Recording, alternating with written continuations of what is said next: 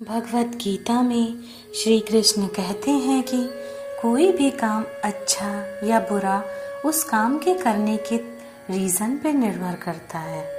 काम भले ही एक हो, लेकिन उसका नतीजा इस बात पर निर्भर करता है कि आपका उद्देश्य सही है या गलत। महाभारत में पांडव भी युद्ध कर रहे थे और कौरव भी, लेकिन दोनों का उद्देश्य बिल्कुल भिन्न था। पांडव धर्म के लिए युद्ध कर रहे थे और कौरव अधर्म के लिए। दोनों ने अपनी पूरी ताकत से युद्ध किया, लेकिन पांडव जीत गए और कौरव हार गए, क्योंकि पांडव के जीत के पीछे का इरादा सही था। श्री कृष्ण कहते हैं कि आप जैसा सोचते हैं वैसा बन जाते हैं।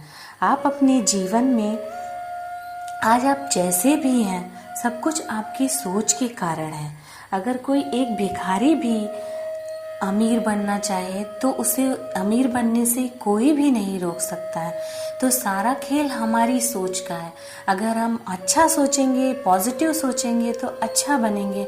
अगर हम नेगेटिव सोचेंगे तो हमारी लाइफ में उसी तरह की चीज़ें होंगी।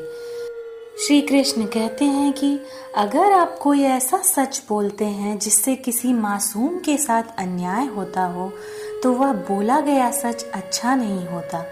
और कोई ऐसा असत्य बोलते हो जिससे किसी का भला होता है और किसी के साथ अन्याय भी नहीं होता, तो वो बोला गया असत्य भी बुरा नहीं होता। श्री कृष्ण कहते हैं कि हमें सिर्फ कर्म करने का अधिकार है, फल के बारे में ना सोचें। आप अपनी पूरी मेहनत से अपने काम को करें, फल आपकी मेहनत के हिसाब से ऊपर वाला जरूर देगा। श्री कृष्ण कहते हैं कि माफ करना महान व्यक्ति की निशानी है। इस दुनिया में सबसे हिम्मत वाले और सबसे ताकत वाले वे इंसान होते हैं जो माफ करना जानते हैं।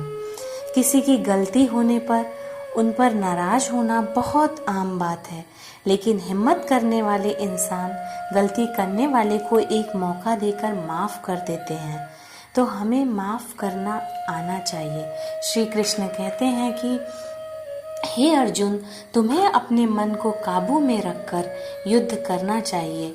अर्जुन ने कहा कि भगवान, आपने ऐसा कह तो दिया, पर ऐसा हो ही नहीं सकता कि इंसान अपने मन को पूरी तरह से काबू में रख ले। ऐसा कौन सा तरीका है जिससे मन को काबू में कर सकते हैं? तो श्री कृष्ण कहते हैं कि दुनिया में कोई भी ऐसा काम नहीं है जो अगर इंसान सोच ले तो और वो ना हो। अगर आप किसी काम में फेल हो रहे हैं तो उस काम में सफल होने के लिए आपको अपने असफलता की दर बढ़ानी होगी। आपको केवल इस बात का ध्यान रखना है कि आपको इस पहाड़ पर चढ़ना है, तो मतलब चढ़ना है। इस बात पे निर्भर नहीं करता कि आप 100 बार चढ़े या 1000 बार चढ़े। श्री कृष्ण कहते हैं कि असंभव से सब कुछ संभव है।